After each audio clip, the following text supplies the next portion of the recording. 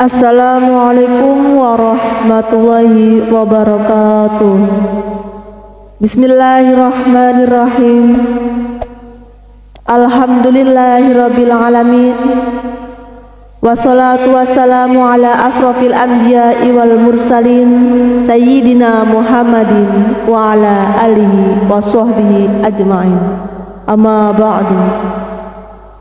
Sahabat cerita para wali yang diberkahi Allah Subhanahu wa Ta'ala, semoga kita semua selalu dalam lindungannya dan diberikan rezeki yang barokah, umur yang panjang, agar senantiasa bersyukur kepada Allah Subhanahu wa Ta'ala.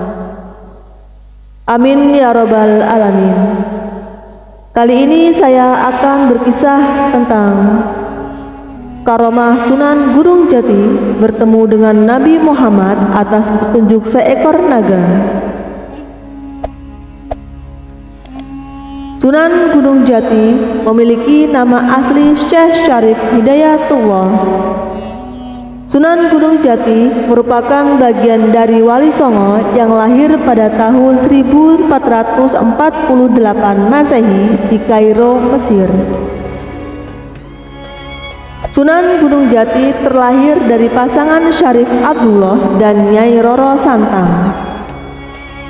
Beliau mengajarkan nilai ketakwaan, keyakinan, kedisiplinan, kesopanan, kehidupan sosial, dan tata krama. Dalam berdakwah, Sunan Gunung Jati menggunakan 3 cara, yaitu dengan memperluas wilayah, menjalin hubungan dengan tokoh berpengaruh, dan melalui pernikahan. Sunan Gunung Jati dapat bertemu dengan Nabi Muhammad atas petunjuk seekor naga. Suatu ketika, Sunan Gunung Jati yang merupakan putra Raja Mesir sedang sendirian di gedung perpustakaan. Sunan Gunung Jati sedang fokus membaca kitab Usul Kalam dengan serius hingga bisa menangkap isinya dengan baik. Setelah membacanya, Sunan Gunung Jati termotivasi ingin berguru kepada Nabi Muhammad, walaupun sejatinya beliau sudah paham bahwa Rasulullah sudah lama wafat. Namun kenyataan tersebut tidak membuat Sunan Gunung Jati membatalkan tekad dan niatnya yang begitu kuat. Lantas Sunan Gunung Jati menemui ibunya untuk meminta izin berguru dan mencari Nabi Muhammad. Ibunya menegaskan kepada Sunan Gunung Jati bahwa Nabi Muhammad telah wafat. Ia menasihi Syekh Syarif Hidayatullah untuk mencari ulama lain yang disukai dan tidak perlu mencari guru yang telah lama tiada.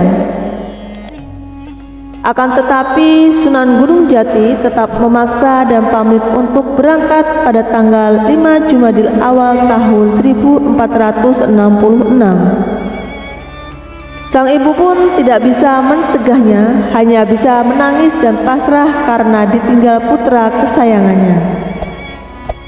Suatu malam, sang ibu bermimpi bertemu suaminya, lalu suaminya berkata agar ia ikhlas serta percaya kepada Allah Subhanahu wa Ta'ala. Dalam mimpi itu, sang suami juga berkata agar berdoa kepada Allah Subhanahu wa Ta'ala dan semoga keputusan Syarif Hidayatullah menuntunnya menjadi pribadi yang lebih baik. Selepas bangun dari mimpi, sang ibu kemudian langsung bertobat, berdoa, dan memuji kebesaran Allah Subhanahu wa Ta'ala. Di tengah perjalanan, tepatnya di sebuah hutan, Gunung Jati bertemu dengan seekor naga yang besar dan menghadang perjalanannya. Sang naga bertanya, "Siapa kamu dan mau kemana?" Sunan Gunung Jati menjawab bahwa ia adalah putra Raja Mesir yang sedang menempuh perjalanan untuk mencari dan berguru kepada Nabi Muhammad. Sang naga mengatakan bahwa jika ingin bertemu Nabi Muhammad, maka berjalanlah ke arah barat menuju Pulau Majeti. Setelah menempuh perjalanan sesuai arahan seekor naga, akhirnya Sunan Gunung Jati berhasil bertemu Nabi Muhammad pada tanggal 28 Rajab tahun 1446 Masehi. Dalam perjumpaan itu, Nabi Muhammad menasehati Sunan Gunung Jati agar mematuhi perintah dan larangan Allah dalam Al-Quran. Sunan Gunung Jati lalu berterima kasih atas nasihat dan pemberian insan kamil dari Nabi Muhammad. Demikianlah kisah dan karomah dari Syekh Syarif Hidayatullah atau Sunan Gunung Jati yang bisa bertemu dengan Nabi Muhammad melalui arahan seekor naga.